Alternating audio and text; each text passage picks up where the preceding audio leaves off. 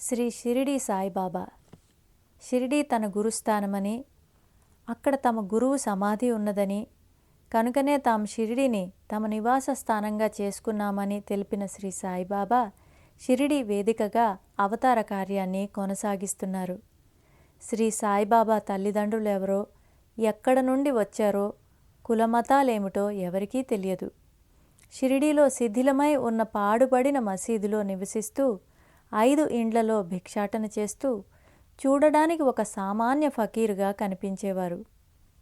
దీర్ఘకాలిక రోగాలను సైతం నయం చేసి, ఆపదల నుండి కాపాడి, ఉద్యోగం లేని వారికి ఉద్యోగం, సంతానం లేని వారికి సంతానం, సంపద లేని వారికి సకల సంపదలను ఇలా అడిగిన తక్షణమే ప్రసాదిస్తూ, పిలిచినంతనే పలికే దైవంగా భక్తులకు అసంఖ్యాకంగా అనుభవాలను ప్రసాదించిన శ్రీ సాయిబాబా మహిమ అనతి కాలంలోనే విస్తరించింది. నాకు సంబంధించిన వారు మొదట రకరకాల కారణాలతోనే నా దగ్గరకు వస్తారు.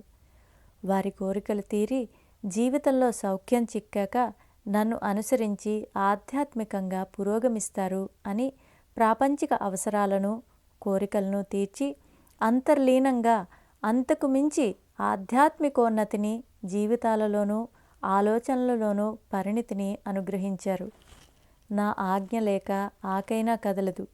అన్నీ నావే, అందరికీ ఇచ్చేది నేనే, నీవు చూచేదంతా కలిపి నేనే అని సకల సృష్టి జగత్తు తమ అధీనంలో ఉన్నాయని ఎన్నో నిదర్శనాలు చూపారు.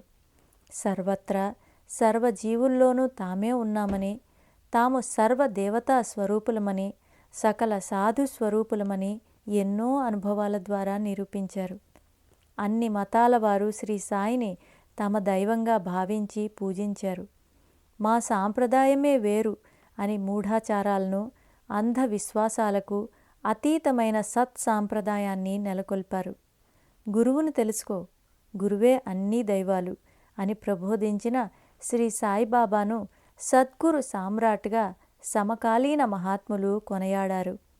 నా మట్టి మాట్లాడుతుంది, నా సమాధి సమాధానమిస్తుంది, నా సమాధి నుండే సర్వకార్యాలు నిర్వర్తిస్తాను అని వాగ్దానమిచ్చిన శ్రీ సాయి 1918వ సంవత్సరం విజయదశమి పర్వదినాన మహాసమాధి చెందారు.